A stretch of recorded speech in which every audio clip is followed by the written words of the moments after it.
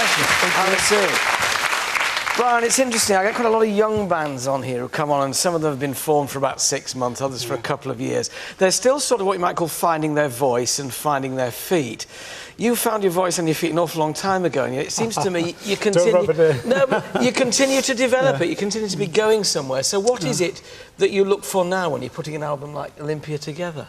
Well, it's funny. You're always trying to find something new to do. You know, something different. And the last album I did was very different from this one. The last thing was a cover of Dylan songs. You know, Bob Dylan songs. And this time I felt I had to.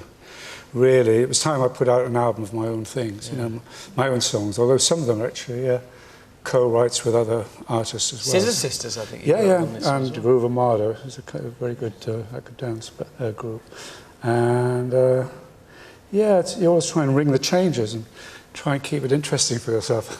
For yourself as well? I mean, are you as driven as you were? You still driven to do it? Definitely, yeah. And yeah, I've got a lot of young people, as you've seen, around me as well, you know, in the studio as well as on stage. And they sort of keep you on your toes, you know, try and keep you on the right path.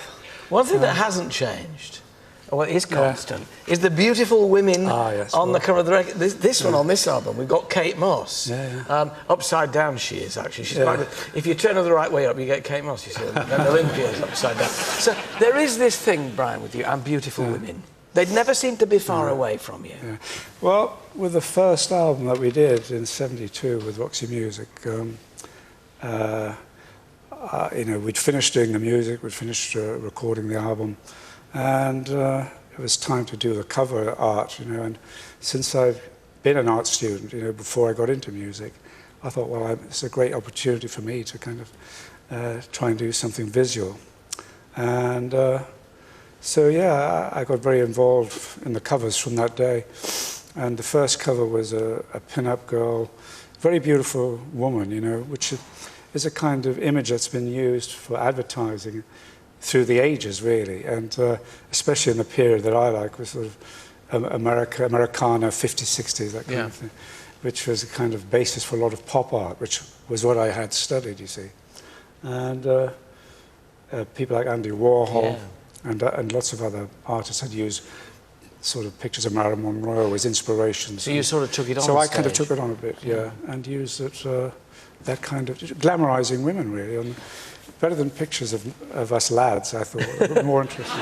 You've always been extremely aware, obviously, of appearance, of style, of fashion. I think it was the designer Nicky Haslam who said Bryan Ferry wouldn't trash a hotel room, he'd redecorate it. Are you still very, you know... So those curtains have got to go. And, yeah, well, once you kind of start developing an eye, you know, it never kind of leaves you, that visual interest. And you try and apply it, I guess, without thinking, to most things that you do. It becomes a way of life. Yeah, yeah. And I like putting beautiful things together. I like kind of decorating, really, funny enough. And I like pictures a lot.